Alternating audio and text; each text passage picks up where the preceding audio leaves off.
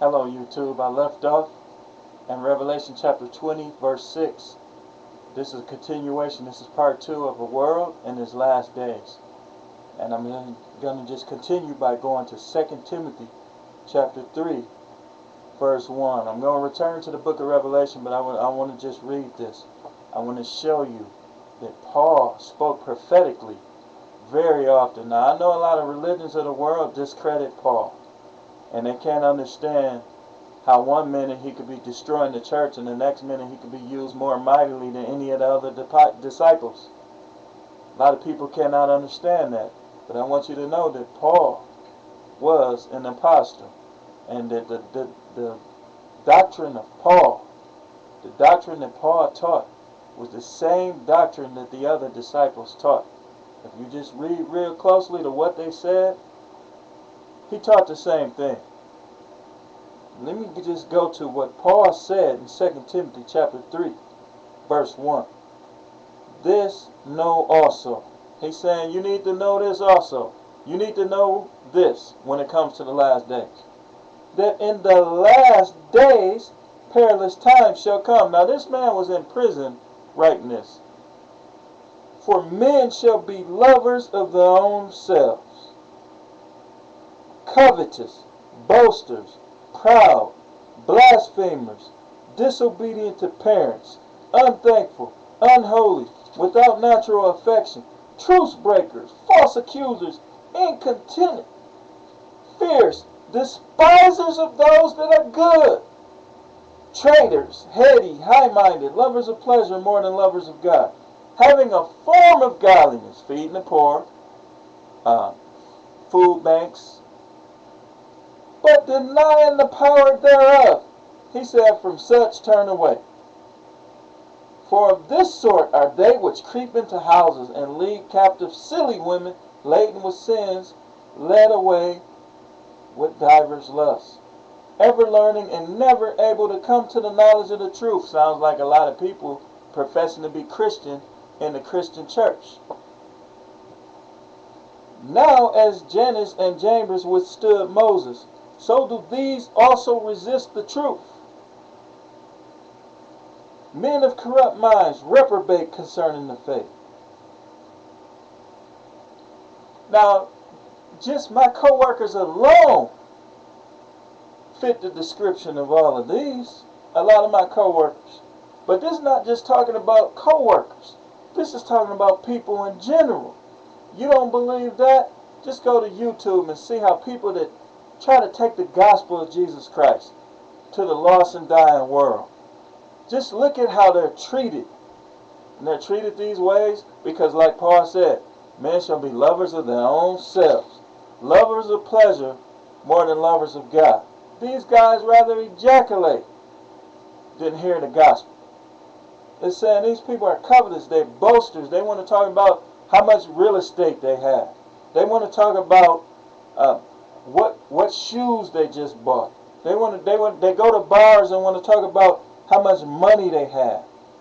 And these same people, if you keep reading, like he said, they're without natural affection, truce breakers, fierce, despisers of those that are good. Now, from common sense standpoint, just understand this. If somebody comes to you telling you about somebody else that died for you to be saved from a fire, from an uncontrollable fire, and from all types of punishment and torment, common sense standpoint, wouldn't you think that that person would be treated well who came and told you about this other person that died so that you would not have to experience pain, sorrow, guilt, regret? Not in our world. Not in these last days. People treat people like that with the utmost disrespect. And like it says, they're ever learning and never able to come to the knowledge of the truth. They basically nowadays, people, instead of doing research, they just believe what they choose to believe. And a lot of people, you're not going to change their mind no matter what you say. That's why in some cases it don't make sense to debate. I done had so many debates with some people, that I done came to the conclusion that I'm not debating this person no more. I'm not debating that person no more because their mind is already made up. They choose sin over salvation. And yes, we should continue to preach the word, those of us that are saved. But we have to understand that a lot of these people just will not receive Christ. That's why I'm making this series.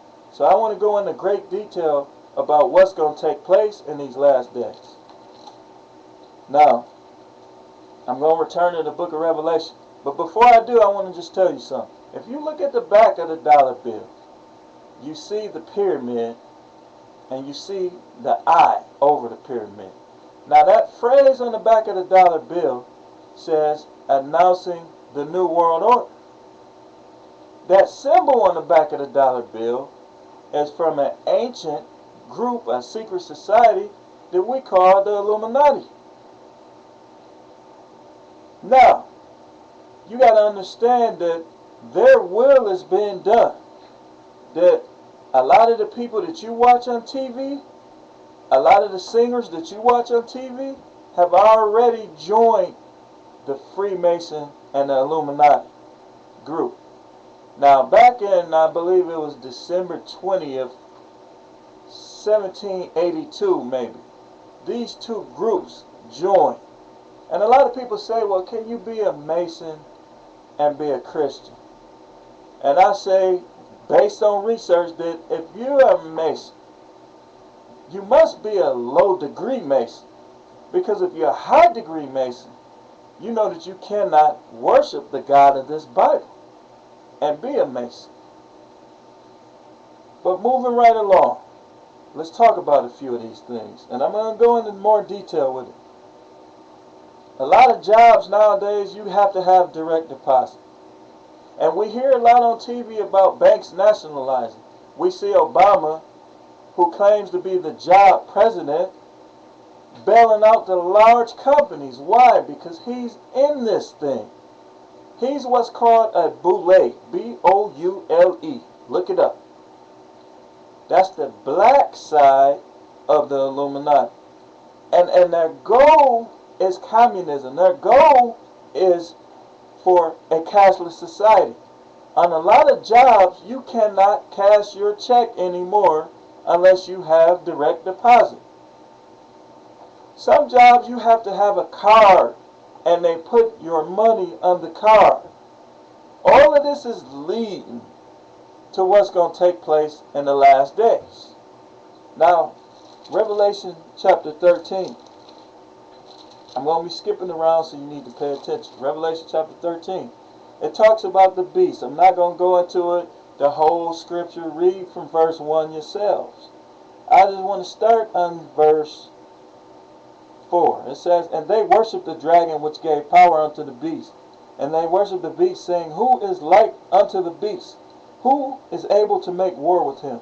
And there was given unto him a mouth speaking great things and blasphemies. And power was given unto him to continue 42 months. And he opened his mouth in blasphemy against God. Remember, in the last days you shall have blasphemers. I hear a lot of people blaspheming the Bible. I hear a lot of people blaspheming the Spirit of God, and people being born again by the Spirit of God, and all the things associated with the Spirit of God. And the Bible teaches us that Jesus said God is a spirit, and they that worship him must worship him in spirit and in truth. But then you have other people that say, well, yeah, Jesus was a prophet. But these same people don't believe in being indwelt by the Spirit that Jesus talked about. Blatant contradiction. And it says, and he opened his mouth in blasphemy against God, to blaspheme his name and his tabernacle and them that dwell in heaven. And it was given unto him to make war with the saints. They're going to make war with us. You can't, you know, a lot of y'all walking around talking about how saved you is, and you hanging with sinners. You trying to be the sinner's best friend. When you cannot do that. You can be nice, you can be polite, you can pray for them, you could be compassionate towards them. But a lot of people is trying to hang with these people. And I want you to know